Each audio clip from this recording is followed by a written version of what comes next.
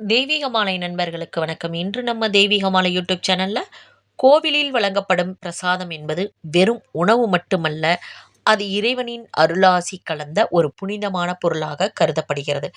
பிரசாதம் என்ற சொல்லுக்கு தூய்மை, மகிழ்ச்சி மற்றும் அமைதி என்று பொருள். பிரசாதத்தை உட்கொள்ளும் போது இறைவனுக்கும் பக்தனுக்கும் இடையிலான ஆன்மீக பிணைப்பு வலுப்படுகிறது.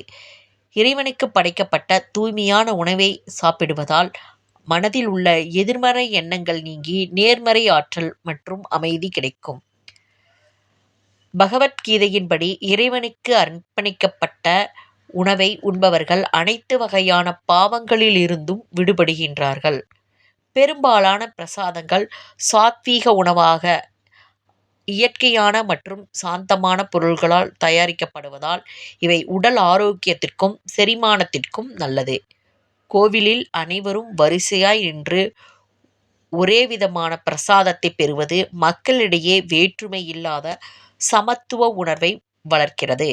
சஷ்டி, ஏகாதசி போன்ற விரத நாட்களில் கோவிலில் பிரசாதத்தை மிக குறைந்த அளவில் உட்கொள்வது விரதத்தை பாதிக்காது என்றும் அது கடவுளின் அருளாகவே கருதப்படுகிறது என்றும் ஐதீகங்கள் கூறுகின்றன.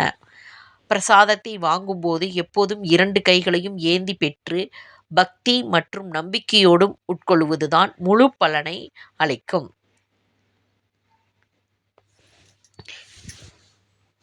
இந்த பதிவு உங்களுக்கு பயனுள்ளதா இருக்கும்னு நினைக்கிறேங்க. இந்த பதிவு உங்களுக்கு பயனுள்ளதா இருந்தால் உங்க நண்பர்கள் மற்றும் உறவினர்களுடன் பகிருங்கள்.